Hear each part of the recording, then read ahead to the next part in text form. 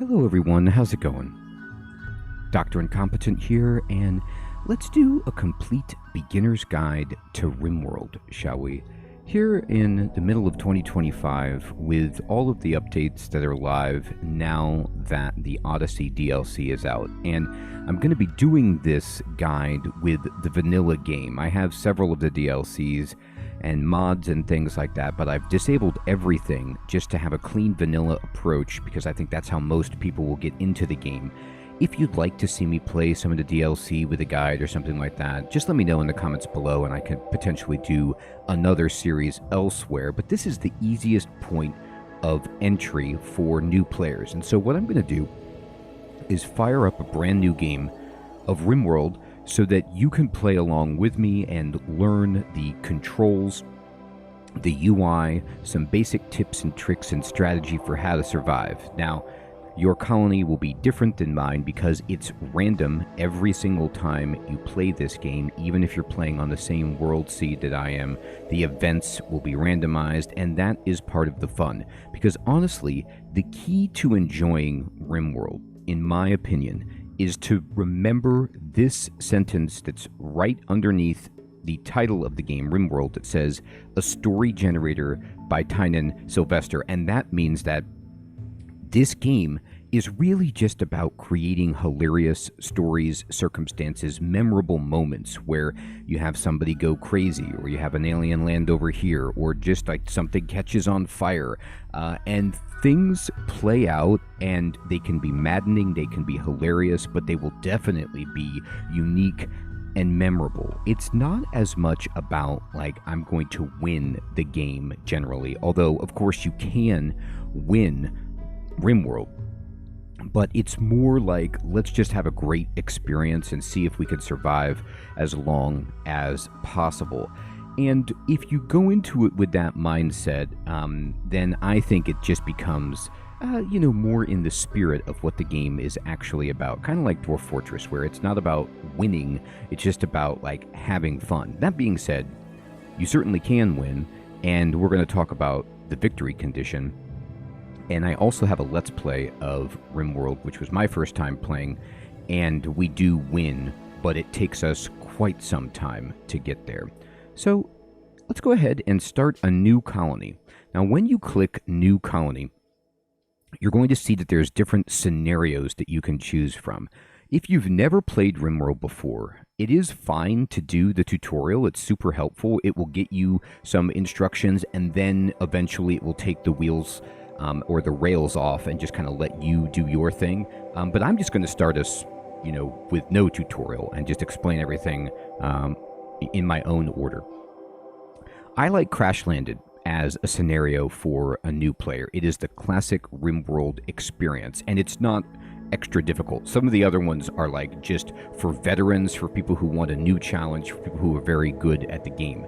Crash Landed involves 3 colonists or pawns to kind of wake up from our crypto sleep sarcophagi and realize that our ship is down and we are on the surface of some unknown RimWorld planet, and we have some starting supplies, and it's our job to like build a base, figure out how to have food, survive, defend against roving bandits and monsters, aliens, wild animals, and things like that, and see if we can thrive long enough to eventually, the main way, the way to beat RimWorld is to construct a spaceship and get off the planet, basically in vanilla. Like if you build a spaceship, you can then fly to safety, and that is how you can win. But that takes a long time, a lot of technology, a lot of research, and so many things are going to interrupt you in the process of doing that. So we're going to go with Crash Landed because it's the best way to get into the game, and it's a fantastic scenario. Remember, I'm not using any mods or any DLC, but the DLCs are great, and there are so many mods to this game. I think going into it clean with no mods is a great way to start, and then once you realize what you might want, you can browse the Steam Workshop, and if you're interested, I might make a video about, just some really, really good mods that are out there, things that I use, but there's tons and tons of support, which is what makes this game so great. It's always getting mods, it's always getting iterations, and they release a lot of DLC to update and spice things up. So we're going to click Next, and then at this point, we've chosen our scenario. Now it's about choosing our storyteller. And you can choose between Cassandra, Phoebe, or Randy. And as a new player, I really like Cassandra because basically the storyteller, remember this is a story generator, kind of triggers events and things that are going to happen and shapes your experience. So it says right here, the AI storyteller creates events like pirate raids, resource drops, or animal attacks. Your choices will affect the story of your colony. You can change these at any time. And Cassandra is creating events on an increasing curve of challenge and tension. So it starts easy and then it escalates. And I like this for a new player. Your first challenges will be super easy. It'll be like a squirrel or something like that that is upset and tries to attack you that you can easily defeat. Or some lone raider comes in and tries to attack you and is naked with a club, and you can just shoot them and it's really easy to deal with. But then it gets harder and harder. And this is, I think it's nice and fair. Randy is for veterans, in my opinion, because he is random. Like, he could give you something easy, he can give you something hard, and he doesn't care the order. He creates some hilarious situations, and many players love Randy, but I think for an even build, we're going to do Cassandra. And Phoebe is more like easy mode at the beginning, and you could try her if you like, but I just really think that the logical progression of Cassandra makes sense. Once we choose the storyteller, we need to choose our difficulty, and peaceful is like the easiest mode. So this is where there's no major threats. There's still some challenges, but this is a great way to learn if you don't want the stress of, the traditional events. And then there's community builder, which is people who want to build a community and do the colony management bit, but want weekend encounters. And then there's adventure story, strive to survive, and then on and on and on for more difficult scenarios. I think if you find a game really hard, and it is hard, but honestly, in my opinion, a lot of what makes RimWorld hard is just understanding the controls and understanding how to get your pawns to do what you want, and understanding how to defend, get food, and just the basics. And it's more about just trying to learn the game as opposed to I need to click these things really fast and be, an amazing RTS type player to do something. So because of that, you can start on these easier difficulties if you like, but I'm going to go for adventure story. This is kind of like the baseline difficulty. It does say it's experienced strategy gamers, but it says on your first game of RimWorld. So I'm going to treat it that way. But if you want to play easier, then go for it. I'm just going to go with adventure story so you get a real taste of how the events play out.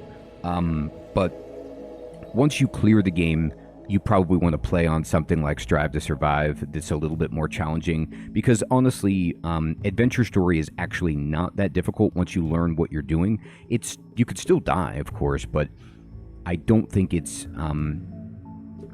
outrageously difficult. For example, I didn't know what I was doing. I had played Dwarf Fortress before, but when I did adventure story on my very first game of RimWorld, we did end up beating the game. Now, granted, I had people in stream helping me learn the game, but we were able to beat it, whereas Strive to Survive is more challenging. All right, so I'm going to go with adventure story.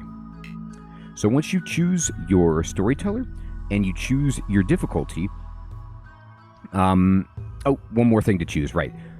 You could choose commitment or reload anytime. For learning the game, we're going to choose reload anytime, and this is why. Now, when I play on commitment mode, which means you can only save and quit, and you can't quick save and then deal with something, and if it doesn't go badly, you can't save scum or go back. It's just kind of roguelike experience. Reload anytime is good when you're learning the game, and I'm going to play on that. If you don't want, if you want to play, more hardcore, go commitment. But what I like about this is if you're going to be doing something for the very first time and you just don't know how it's going to play out or how the controls are going to work, you can save it and then not lose everything if it just all goes south. So, for example, if, like, let's say you're going to do a quest for the first time and you're taking your caravan out and you're going to try to attack some place and you just don't understand the mechanics of it and you completely mess up and everybody dies, just load your game instead of having to start over from ground zero, in my opinion, to help you learn without as punishing of a drop-off. Because things will go badly in RimWorld, and the controls will surprise, shock, and anger you. At least they do me sometimes when I'm learning the game. So I'm going to click Reload Anytime. Now, it's time to create our world, and we can kind of randomize elements of it. I'm not going to mess with any of this. I'm going to leave everything at normal. I'm not going to touch the advanced settings.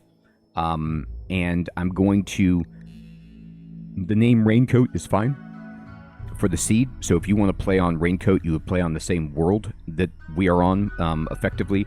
But remember, the events and the random generation will be different, but that's my seed name. And I'm going to click Generate, and it's going to build the world. And I have disabled all of my DLCs and mods, so we're just playing with the core content. Once you build your world, you start on this screen. You can zoom in with the wheel, and you can use WASD to roll around. So the global coverage is quite small, which is fine. This is not like some big sprawling world. We've got like a small little Pangea situation. Now, you now have to pick where you want to start. And I'm zoomed way out, but if you see, if I zoom in, then there are these little hexagons, and I get to pick one. Now, how do I know where to go? Well, what we're going to do is first click Factions and learn who's good, who's bad. So there's already people living here, factions of people. And there's gangs, there's settlements. Purple and yellow are going to be neutral towards you. They will trade with you. They're cool. They won't just outright attack you at the beginning. These blue and green, these factions are hostile at -80, but if you do stuff for them, if you bribe them, if you work with them, you can actually put them into a good relationship so that you can befriend them and trade with them like normal. And then the red and the pink factions down at the bottom will always be hostile. There's no negotiation. These people are unhinged. So knowing this will help us settle, and it's a good idea to kind of make sure that you're close to purple and yellow, if possible, and far away from, angry people, if possible. That doesn't preclude you from getting attacked or anything like that, but it's a nice thing to enable. And let's see here. So let's say I want to pick something, and I say, okay, here's a bunch of yellow, here's some purple, and here's like this road. What is this? This is a forest. And I'm zooming in. You can click on any of these hexes, and it will open up this giant box of information to the left, and it tells you what's going on in the biome that you have selected. Tundra, forest, ice sheet. Good Lord. We don't want to live, in one of the Arctic Circle areas or one of the poles. We'd like to live somewhere. Okay, let's just kind of zoom in and think about, I'd like to live in a place that is reasonable temperature. So let's just say I click right here for right now. Well, no, let's go closer to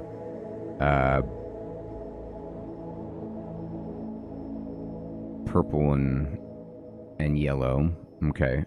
And these are roads, And if you build yourself close to a road, that means that when you go to explore later, when you send out a caravan, then they will be able to get around more quickly because they can follow the road. Here we go. Here's 2 purples and a reasonable area. Okay, let's just say I click this. This is a tropical rainforest. So it's going to give us some information about this. It tells us that the movement difficulty is 2 because it's a rainforest, so it's a little bit tricky to get through. These are the stones that we can find here. And the key is the temperature. That's what we're really looking for. Now I'm playing with Imperial because I'm, an American, but you can, it defaults to Celsius, I believe, or you can change this. And what you want is an area that's not too hot and not too cold because you have to deal with heating or cooling. This is pretty hot, 88, we're going to need some air conditioning, but it never gets cold, so that's kind of tempting. And the disease frequency is 1.7 per year, which might not be great. But you could see if I'm moving around, this is all just rainforest. This is impassable terrain. That's not good.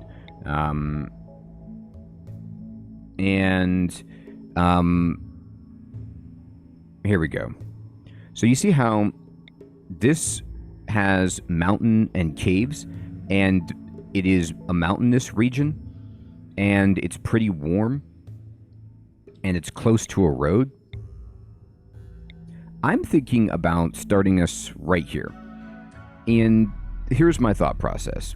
So this tile is rainforest.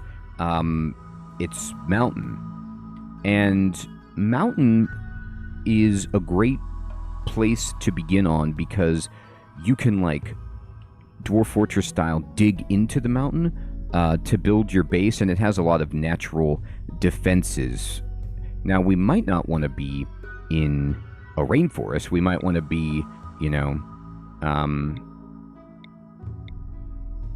well, we don't have much choice here. Let's see. We could, if we wanted, go over here instead to, like, a temperate forest. But you'll notice that the temperature range is much, much colder here. It goes down to 34.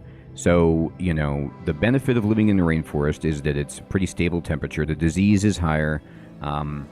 And it's maybe a little bit harder to navigate, but we get the benefit of, being along a road, being between 2 friendly groups, having warm area, and having some mountains.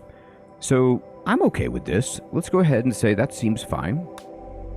So now we need to choose which pawns we are going to play as, and the top 3 selected pawns are the ones that are from this ship that use the escape pods that survive. And in this giant box here, you see these are going to be our people for our colony, and these are their skills and interests. And this is the most important bit of this information right now, are their skills. You can see their background and the traits that they have, and this will really, really be important into shaping the social dynamic of our base, and it also can determine, like, what skills they will do and what they refuse to do. So, for example, this person has creepy breathing, which people don't like. They're also a misogynist, and they're trigger happy. So, that might not be good. We might not want to have this person because of this. Now, I will tell you, there is no way to eliminate all negative things. It's part of the game that there is going to be problems. It's you might be. This might be some jerk misogynist who gets crash landed with 2 women. And it's going to be a nightmare for everybody as they try to survive and work through their personality, differences and difficulties.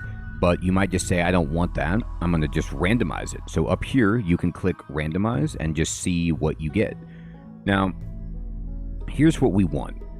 Down in the bottom, this box here says Team Skills, and this is showing you the highest skill of the 3 people that you have here.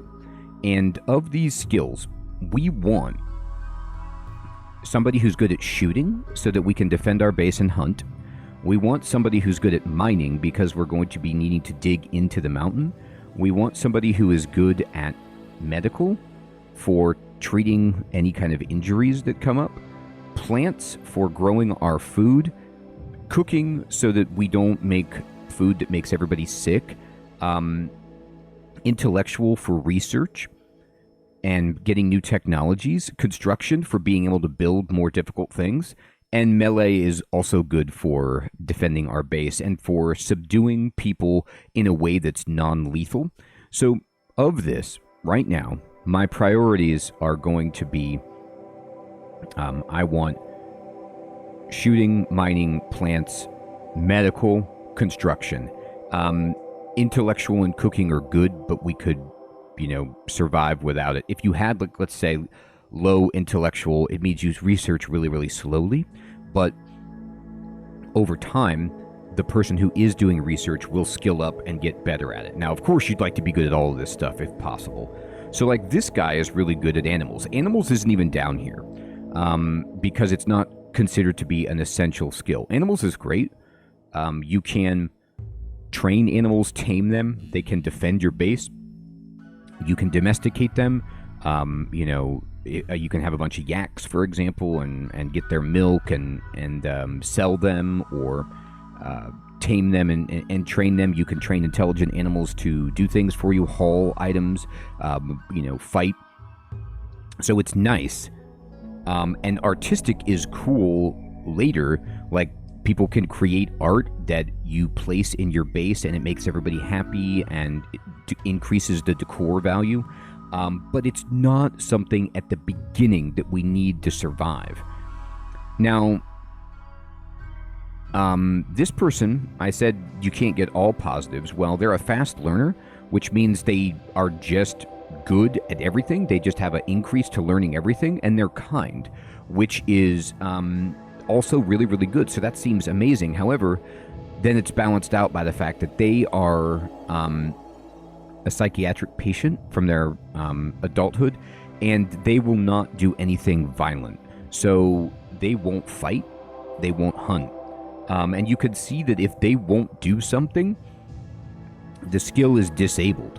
So there's just a dash. So this person would be good at, like, working with animals and creating art, and they're smart. They could research. They could also build and mine. They're actually not that bad. The problem is they just can't help us fight. But then they're also incapable of social and caring. So, they won't take care of patients in the hospital or prisoners. So that seems to be a bit of a stumbling block. Let's see here what we have with Iris, the charity worker. So Iris is incapable of violent and incapable of intellectual. Now, this is a problem. If everybody's incapable of violent, we're not going to make it. We can't fight, and it's going to be really, really bad.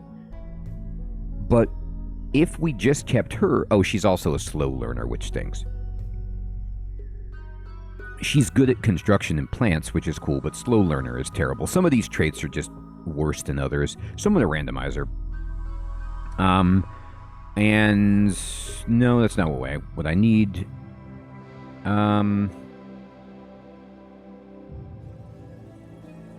They won't cook or clean. They're good at construction. They're okay at mining. They're passable at planting. They could do a little fighting. So this person is actually reasonable. Now, they do have a prosthetic arm, which means that it's 50% as efficient as a real arm, and it can break. Now, that we could get them a better arm, but that's something to think about. So right now, this person isn't horrible. This person is very good at shooting. Oh, but they're a psychopath. Yeah. I like to not have psychopaths if I can. It's difficult. A lot of people on the Rim are psychopaths. So let's see if I can, get somebody who's a little bit better here. Here's something else I want to show you as I randomize. If you come over here to their health and you see they have a dependence on a drug, I steer clear of that. They start with the drug, smoke leaf joints, and these are actually kind of easy to get. But if for whatever reason you don't have this, it will wreck them. They might go berserk and start attacking everybody. So I don't want any kind of health condition like that. No, I don't really need that much melee. This person is like a great chef and doctor.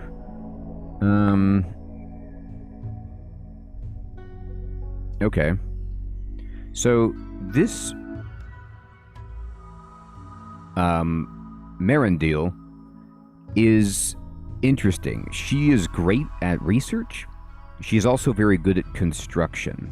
So that's good. She could shoot a little bit, defend us. She is incapable of cooking, working with animals, and taking care of other people. And that's a problem. She's also a night owl, which means she wants to be awake during the night, so we have to adjust her schedule. That's fine. And she's tough, so honestly, she's pretty good. This is not Marindil. I'm sorry, this is Four Eyes.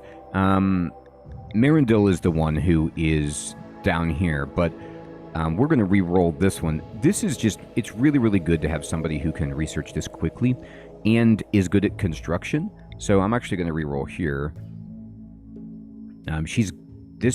Hendrix is a psychopath, is a torturer. I'm going to re-roll that.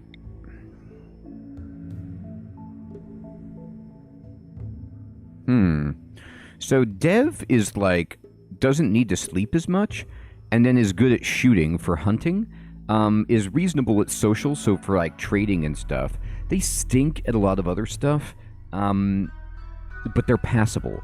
So we would really, really need this person. A good miner and a good... Now, the problem is...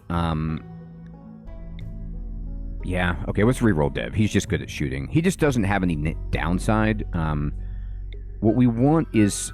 Okay, this person is good at doctor, but not much else. Intellectual, construction. Too smart. Mental break. Okay, so they can mentally break. They also are a cannibal. That's not good.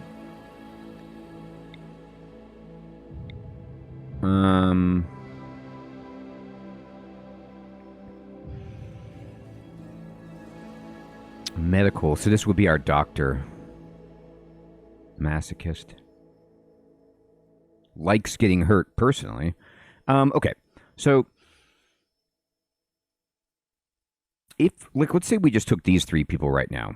This is what we'd be at. We'd be bad at cooking and planting, which is not great, but we'd be good at mining, construction, medical, intellectual, and good at shooting. We can raise planting, and we can learn cooking.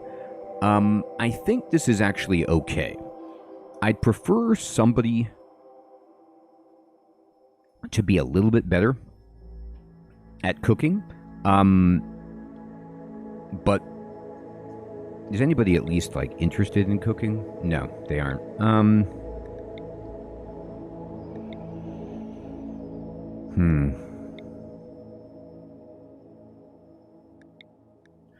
okay with it. It's never going to be perfect. I'm okay with this because I'm looking at all of our traits. I'm looking, you know what? Never mind. I'm not okay with it. Darn. This person is so good at mining. I didn't look closely enough. I do not want a pyromaniac. Pyromaniac is terrible. They'll just set your stuff on fire. It's awful. And they also won't put out fires. So we got to get rid of that.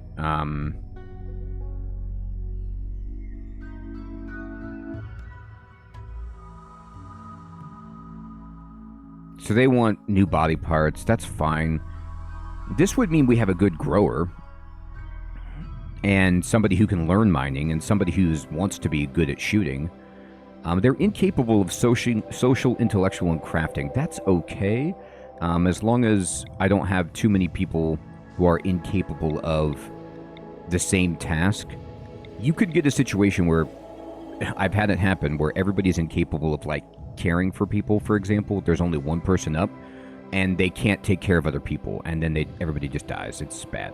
So this is better. Now we don't have anything that is massively debilitating. We don't have a good cook. We're not as good at mining, but we're not bad at it. We can make do with it. And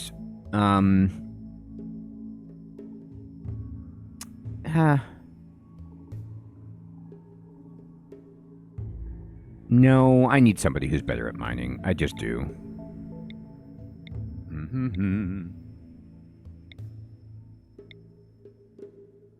Oh, we can also check down here to see if there's anybody who's really just good at mining. There isn't. There's some smart people. Okay.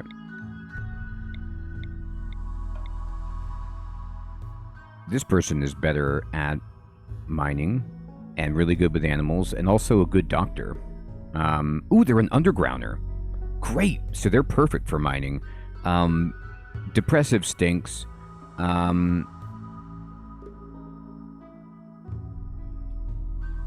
Oh, darn. Okay.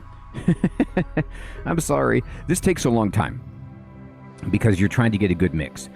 This person is 78 years old. Okay, so I can't have somebody who's that old. She's 51, which is already pretty old, but it's not the end of the world. 78 is no. That's too old. They'll just die. Basically, once people get to a certain age in RimWorld, they start falling apart. They start getting slower. Their body starts working less effectively. It's not good. All right, well, I'll tell you what. I kept rolling and rolling and rolling, and I found this person who has 5 mining and is good at plants. And you see the flames next to the skills. This means that they have a passion, or in this case, a burning passion, which helps them learn it faster. So this is just like they have a passion for this, so they learn it twice as fast. This is 150% increase.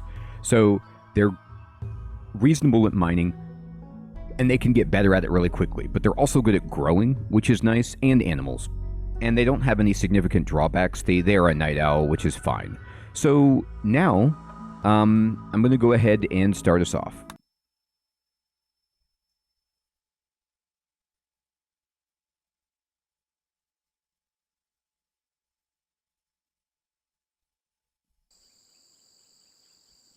The 3 of you awake in your crypto-sleep sarcophagi to the sound of sirens ripping metal. You barely get to the escape pod before the ship is torn apart. Sometime later, you land on this unknown RimWorld.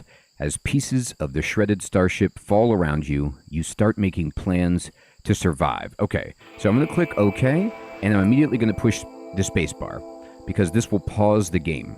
So, I can zoom out with the mouse wheel. I can move the camera around our map section with WASD, and you'll see in mid-air here, these are our little escape pods flying through the air, and they haven't landed yet. And here we are in this rainforest area with, rhinos and, giant flowers and things like that. And let's just let it happen. There we go. Boom, boom, boom, boom. And here's our people. Okay, so now push spacebar to pause the game. You can control the time in the lower right corner. You can click on pause, or you can push 1, 2, or 3 to speed the game up. But the first thing you want to do is just understand that this is a real-time game, but you can pause it anytime to kind of just assess the situation, give people commands, and take a look at things and plan. So once you land, all of the stuff that you land with, your weapons, your food, this metal, for example, all this wood, all of these resources that are around us are forbidden. So you could see with the X on them, that means that our people won't touch them. They won't interact with them at all. And we need to make that not a thing. So I'm going to just click on these meals. These are our food, our packaged survival meals. These babies are amazing. They will never go bad. All we have to do is make sure that we store them out of the rain and things so they don't deteriorate. And if you double click on a similar item type, it will select all items of that type on the screen and then push the F key to allow them to be picked up. Or you'll see down here, there's a button to the right of the tooltip window, which is in the bottom left, that's telling us that these are packaged survival meals. And there's 50 of them that we have selected, 5 stacks of 10. And you can just click this button to allow them or disallow them. And if they have the X, people will never interact with them. Allow them so that they can eat if they need to or pick them up. And we're going to do the rest of that with these things. These are our medicines. Double click them, push F. This is like a helmet. There is some money, some silver. There's a knife. There's a gun. There's some metal components. There's another gun. And then there's all of this steel. Double click it, push F. There's all of this wood, push F. Okay. And, oh, there's some pants down here. Man, it looks like there's something up above her. Yeah, a vest. Okay. And let's just see if there's anything else in the area that has been forbidden. Yes. All of this metal over here, all of this wood over here, these are our supplies. And all of this metal up here. Look, all of these meals over here.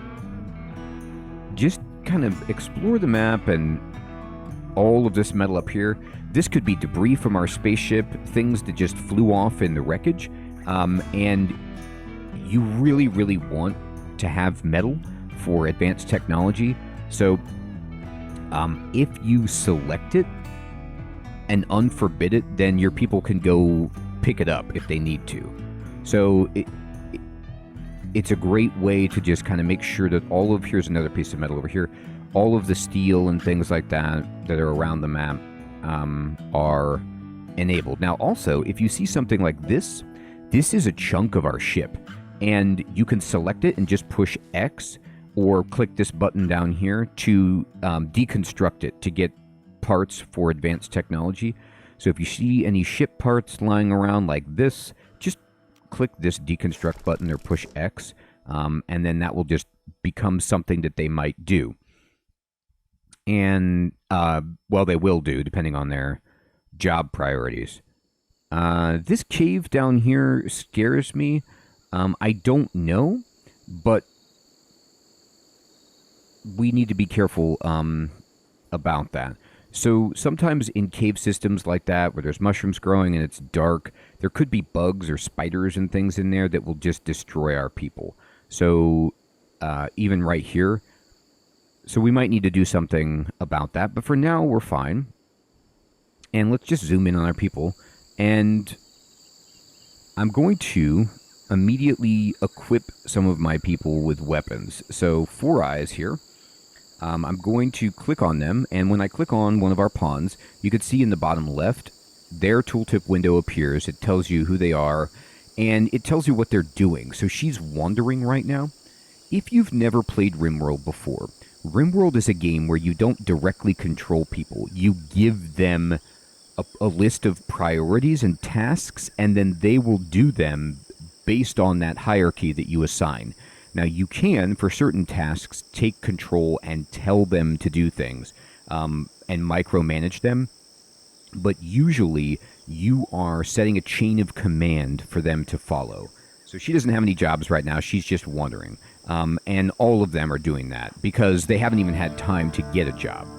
So what I'm going to do is I'm going to click on 4 eyes and I'm going to click on the button that says bio. And this will open up her skills. So I see that she's a 6 with shooting. Then I'm just going to push the period key to switch between. You could push comma to go left and period to cycle right between your different colonists.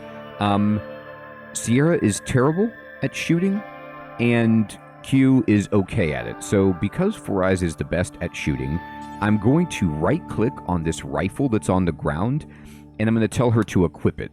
And now she has a job, and you could see her job now in the description in the bottom left is changed to equipping bolt action rifle. So she's going to go pick that up and use it.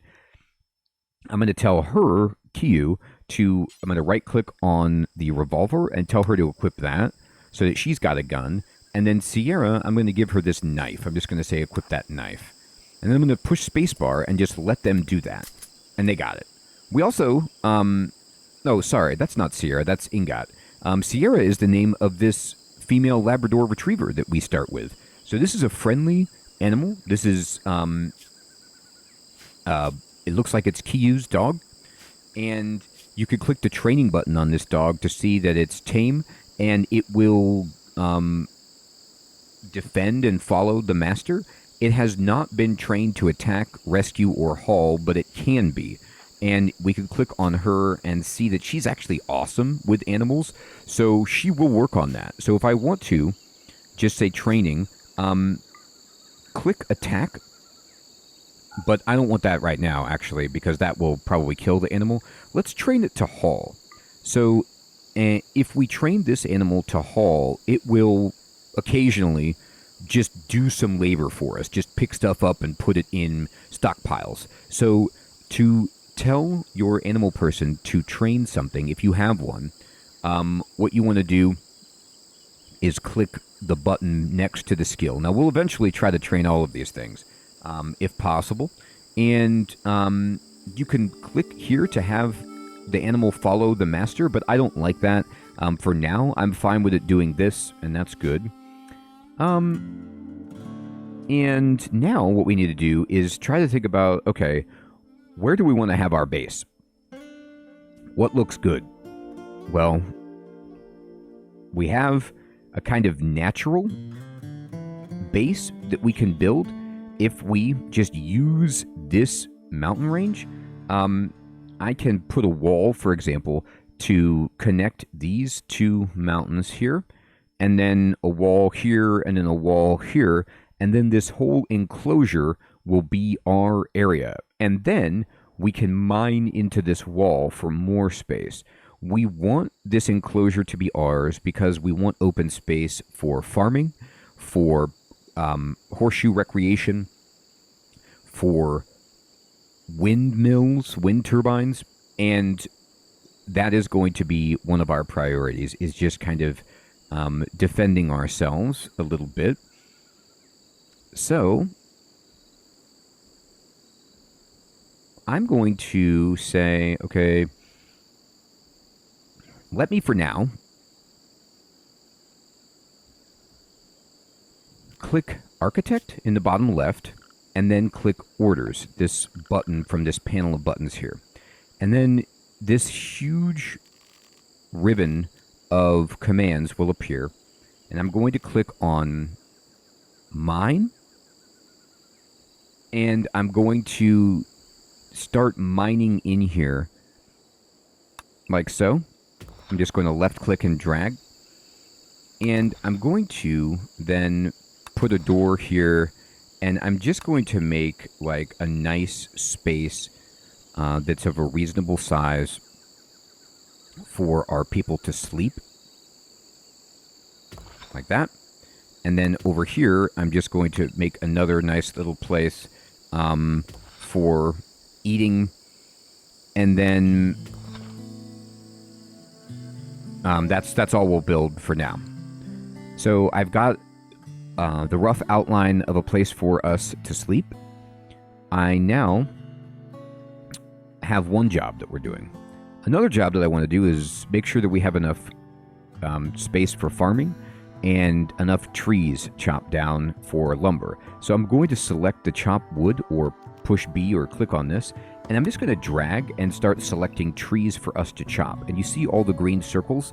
Those are the trees that we're targeting, and then these little scissors on each tree mean those are selected for chopping, and that's a job that they can do. And then the next thing I'm going to do is say, okay, over here, all of this area, I'm going to click Zone, and I'm going to click Stockpile Zone, and I'm going to just create a stockpile zone that's right over here, and I'm going to make it, like so. And then I can actually expand it like this. Perfect. And this stockpile is going to be right now for everything. And what that means is they're going to just pick up all of the spare stuff and put it here so that it's in a convenient location. And we'll leave it as is there. Next, what I want to do is I'm going to go to Architect again. I'm going to go to the Structure button, and I'm going to just start building wooden walls. And it's telling us when I do this that I don't have enough wood stored. I don't. The game will recognize all the supplies that you have in a stockpile. This stockpile hasn't been customized. It's just going to be for every single thing. But even though we don't have any wood stored, our colonists will know to pick up wood from these stacks, for example, that we have unforbid around the area, and they will use those. And I'm going to just kind of build a wall that goes like this and like this. So that is starting to just give us a bit of natural defense. There's a bunch of steel right here for us to mine later, which is great. I'm also going to try to build a wall here, like that. And I'm going to use as much of this, natural space as I can. There. So now, eventually, this whole thing will be walled in. And we need to pick where we want our front door to be, which is like where traders, where anybody would come in to our base.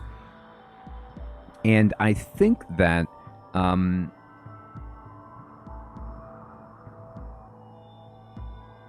like it being down here. It feels like this is a pretty good spot for it, or like right here. So I'm going to select a door and just put it right there so that they will build a little door there.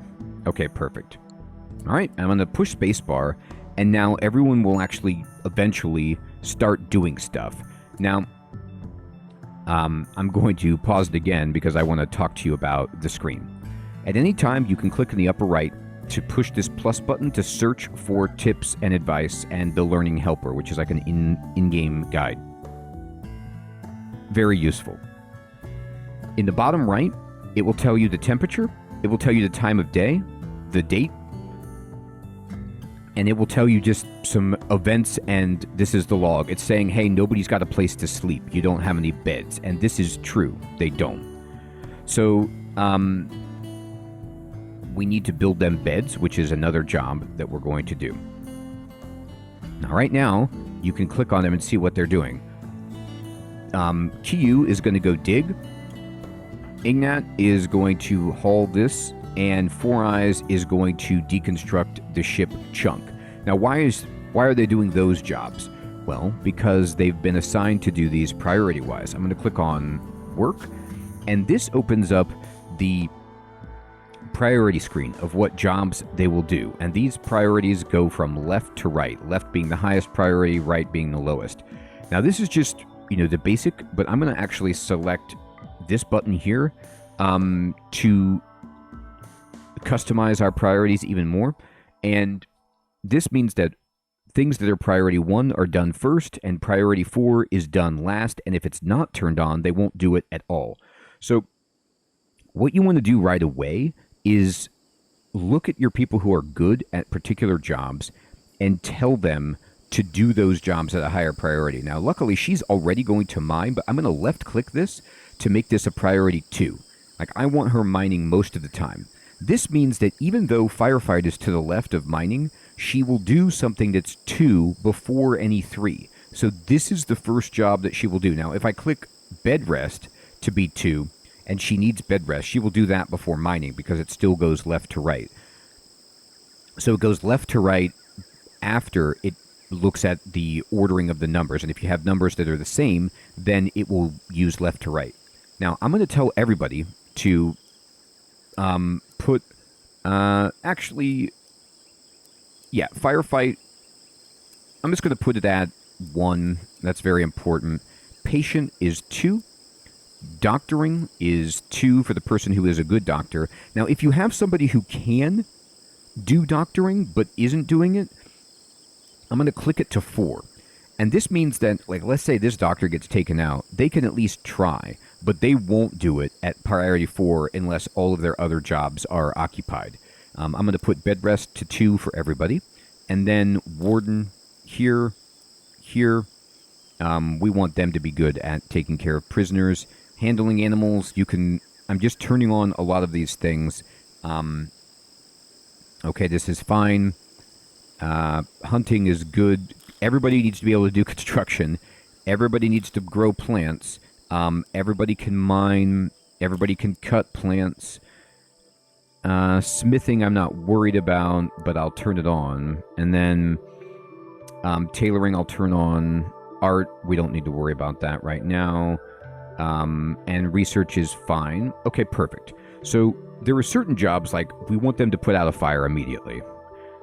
Patient means that if they're hurt, they will stop doing stuff and go get bed rest, or they will go get a treatment. And bed rest means they'll stay in bed. Doctor means they'll take care of people. So all of these need to be done before just regular jobs. So in a basic sense, what I've done is I've just told my miner to focus on mining. And I've told my plant, she's also my plant person, but we'll get around that in a moment. And she's also good at hunting. My research person needs to have research prioritized. And I think, and we prioritized our doctor. Great. Okay, so here we go. So now they're going to go do this.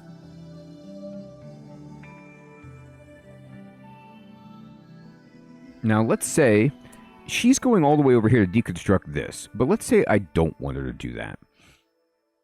Let's say instead what I want her to do is chop down this tree. I can actually right-click on the tree and say prioritize harvesting this, and then she will go and do that. Now, the problem with micromanaging is that she will do this until she is done with it, and she might do this so long that she doesn't eat or sleep and will become upset. But it's a nice way to kind of get them to do and focus on a job that you want. So there she goes, she's doing that.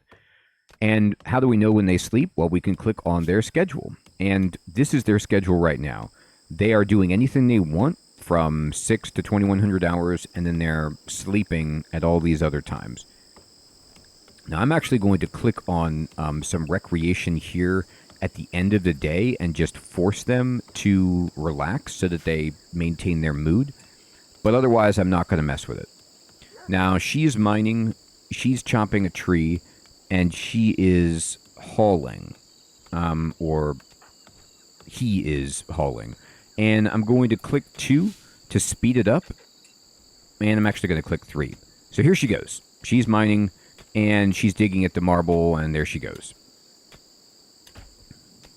And she's doing fine, because she's reasonable at mining.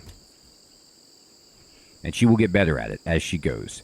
So in the top center of the screen, now we could talk about some more UI elements as they've popped up. The top center are our 3 pawns, and the light blue background behind them shows their mood. So the higher this is filled in, the better. They're all in a reasonable mood, so they're okay. But you can always check this by clicking on a colonist like Four Eyes and then clicking the Needs panel, and this will show you their mood, and you could see that Four Eyes has low expectations and is optimistic, so very good mood.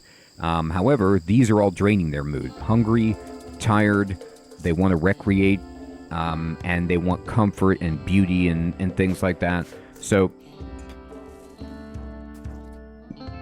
she's throwing up, and why is that?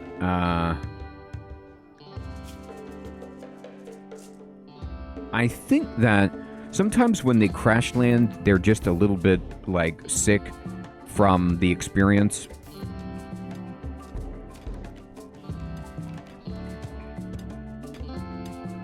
Okay. So, as these icons in the upper left are starting to fill in because now we have stuff in the stockpile.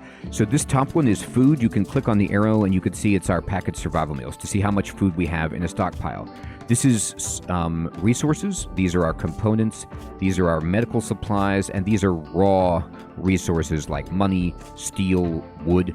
And all of this stuff is just getting kind of put into its right place, which is good. Look, we've already built this wall completely up here. So the rhino is trapped in here with us for better or worse, as are all of these wild boars. Now, you might want to check to see if that's safe. If I look at this animal, how can I tell? Click on the wildlife button, and wild boars will not attack. If you harm them or if you hunt them, they're not just naturally aggressive. Now, a panther, however, is a predator. So if it gets hungry, it could come after us. Now, the rhino,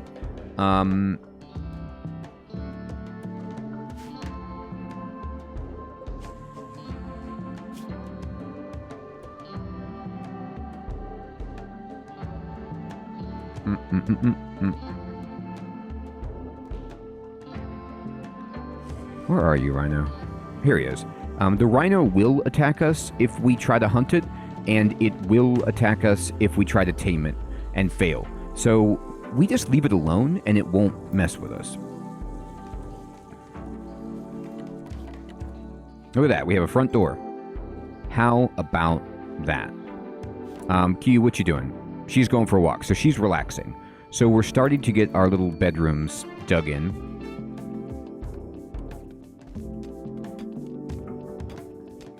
And she's back to working. Now, we don't have a place for everybody to sleep right now, which is sad. But we can do something about that really quickly. So I'm going to go to Architect, I'm going to go to Furniture, and I'm going to say Sleeping Spot. So this, in the furniture area, you can build beds, but you can also just build a sleeping spot, which is like they will just sleep on the floor. These are the worst of the worst, but they still will serve their purpose. So I'm just going to build 4 like that. And then something that we can do is we could roof this in if we wanted to by building a wall right across here. And why not? Why not go to Structure, Wooden Wall, like this, and then just build a little door up here and just make this a room.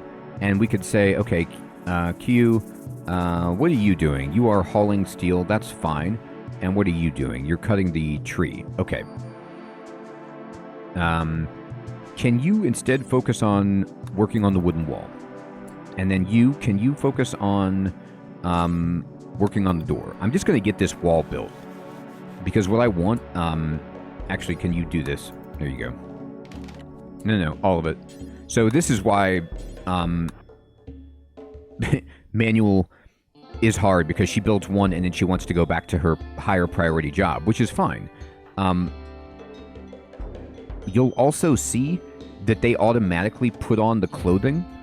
Somebody's wearing the hat, they're wearing the flak vest, so they just kind of grab some of the clothing and put it on. Now, you could customize that. Somebody took off their pants and left them there. I'm going to right-click and say prioritize, and then I'm going to shift right-click and prioritize these, and this is giving her a queue. So if you shift-click, you can, like, queue up commands, and then there they go, and let's see what happens. Where are you going? No, don't stargaze. Finish this. Wait, finish this. Okay, and then some of the roof is done here. Let's see how the rest of the roof is done. I'm going to go to Architect, I'm going to go to Zone, and I'm going to say Build Roof Area. And this is actually already has a roof. So this is roofed in. So, oh no, it's not. Build Roof Area, sorry, I lied. There. And I'm going to say, can you... I can't give them that job. Okay, that's fine. So eventually, they will go sleep, and they will all sleep in these sleeping spots. They've claimed them. You see their names appear over them. They've claimed these for their own, and they're sleeping, and they're not going to be happy sleeping outside, but this is just early days. This is just kind of, we're getting started. And we're going to go to Architecture. We're going to go to Furniture, and we're going to go to, say, Wall Torch Lamp, and I'm just going to put a wall torch right there. So eventually they'll have some light in there. And I'm going to go to Work, and you see we need a lot of wood for this to happen. So I'm going to bump up plant cutting on these people here. Even though they're god-awful at it, I need them to work on plants. All right, so it's 4 a.m. and Ignat has woken up to eat, unpleasantly eating outside, but we'll fix that. We've got some not so great sleeping spots. And what you up to now? You want to cut down a tree? Okay, that's fine. We do need a little bit of lumber.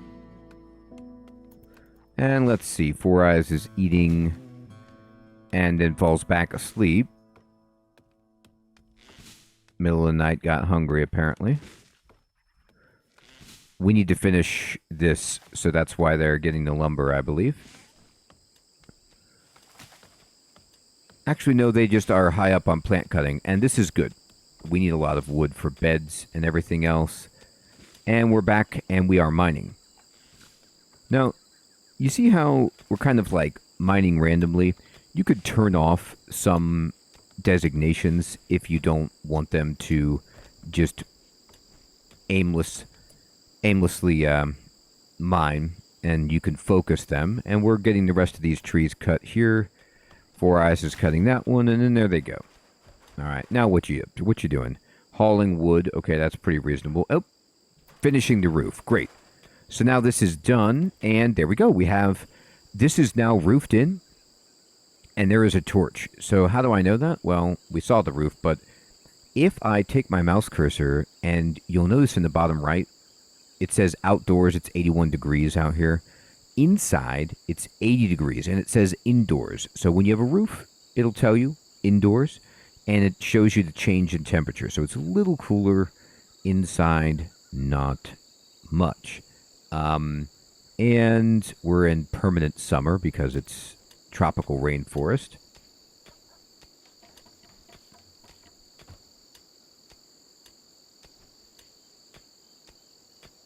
Mm-hmm.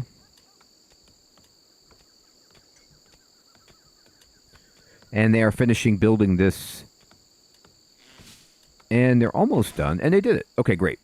So now, looks like they're going to get some steel and stuff like that.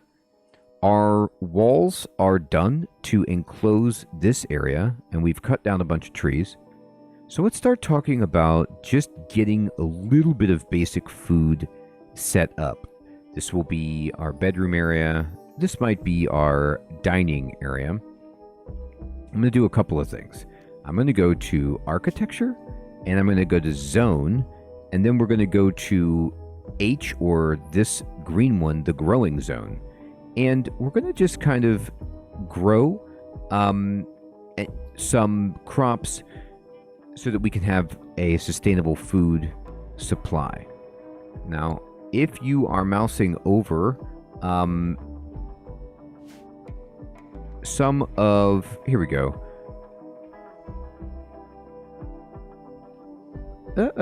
Oh, right. It shows in the bottom left.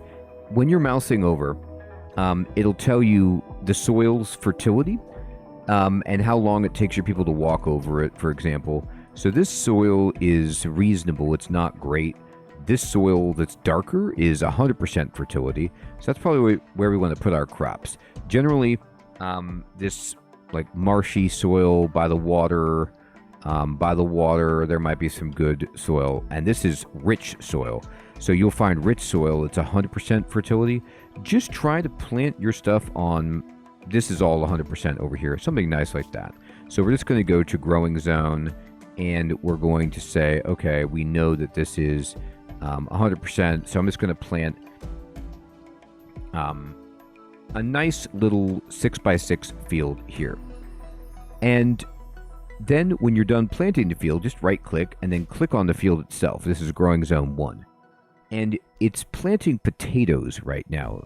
But if I click on this button, I can actually plant something different. And rice is what I'm going to start with because it's fast to provide us with some food. But then what I'm going to do is I'm going to go back to architecture zone, and I'm going to make another growing zone. And I'm going to go 1, 2, 3, 4 away. I'm actually going to go 5 away just to be really safe. And we're going to do, man, this. There we go. I can't go up into that rocky area here, so I'm just going to go here, and then we're going to make this into corn. So now we have rice and we have corn. Now, I put these far apart because there is a plague or a pestilence that can affect your plants called blight, and it can like wipe out your whole field. And if your fields are close, within 3 or 4 tiles, it can jump to that other field, and it's really hard to deal with. So you want to kind of put them a little bit farther apart so that they don't spread the blight if they do happen to get it. So I'm going to go 1, 2, 3, 4, 5 like that, and just make another 6 by 6. I'm keeping these really small because if you make them too big, it just takes too much time. So I've got corn, I've got rice, and strawberries are good. Hay grass is good if we have animals. I'll do strawberries, but let me just double check that we have enough plant skill for that.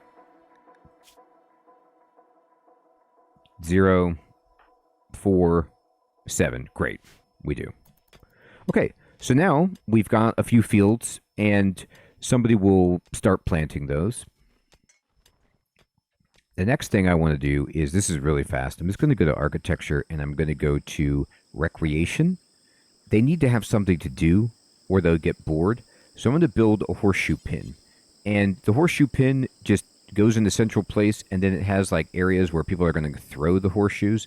So just make sure that all of these areas are not obstructed. Like right here looks absolutely fine for this. It's not farming area. And now they can just have fun. And let's see, what's everybody doing? You are hauling wood. That's okay. But why don't you instead build the horseshoes? What's everybody else doing? You're mining, of course, and then you are over here hauling components and stuff. Okay, good. They're just gathering supplies, and this will happen at the beginning. We're just trying to get all of our stuff close by the base so that we have it when we want to upgrade. Now, the horseshoes are done. So whenever it's their leisure time, you might see them go over and just chill out and play horseshoes. In fact, that is what they are doing. And if you click on needs, you'll see that Q is like playing horseshoes. And if you wait for a bit, this will upgrade and she'll get happier. Like her mood will go up. Yeah, because recreation has been satisfied. So same thing for Four Eyes, recreation satisfied. This just boosts their mood. They don't like the barracks. They don't like sleeping on the ground. They don't like eating without a table. They're uncomfortable because there's no chairs or anything. So we really, really need to get this done for them. And we can do that. Now, I'm actually going to prioritize this. So what I'm going to do is I'm going to go to Architecture, Orders, and I'm going to click on Cancel. And I'm just going to cancel the mining right there. And I'm also going to cancel the mining right there. And so what this does is it tells them, hey, only mine in here, these 2 squares here, and that. And then we'll get this later. We have it boxed in so that we can see the outline of what we want to do. But I want this room to be cleared out so we can go ahead and make a nice bedroom for people. Now this is done. So what we can do to improve their sleeping situation immediately is build beds. So we can go furniture and we can say, can you build me some beds? And they just take 45 wood. So I can just go 1, 2, 3 like that and build some beds. That makes it nice, but it's still a pretty uncomfortable room. And another thing we could do is we could build some floors in here if we wanted to make this a nicer room, and so I will. And so now they're going to build wood floors in there and build beds. Now, they're not going to do that right now because everybody's just chilling and recreating, but that's what they're planning on doing eventually. And actually, somebody started building floors, but they passed out because they're tired. Cool. And everybody's sleeping. So it's a rough start, but luckily when you begin, everybody has these extremely low expectations, so and initial optimism, so they're a little bit, you know, less picky. This has not been planted, neither has this or this. So we're going to have that happen, and I can go to work and I could say, okay, well, my master grower is actually Kiyu, and I'm going to boost this up to 2. So she will do this before she mines, and that's okay because we've got to get food secured. Sweet. So we have a basic bedroom. We're mining out. We're gathering our supplies. We built some walls. We've got recreation a little bit anyway, and we're starting to grow food.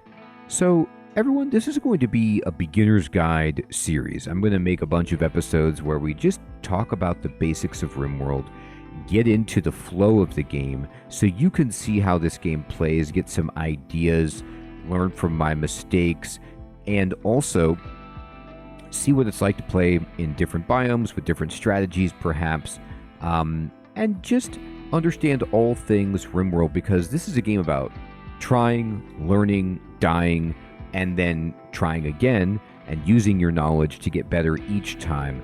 If you have any questions about the game, please post those in the comments below. And if you are a RimWorld expert and you would like to offer your advice, correct any mistakes that I made, or just any suggestions and tips for brand new players, people who've never played RimWorld before, I would appreciate that so much. Just make sure it's not too in the weeds or spoilery for new people.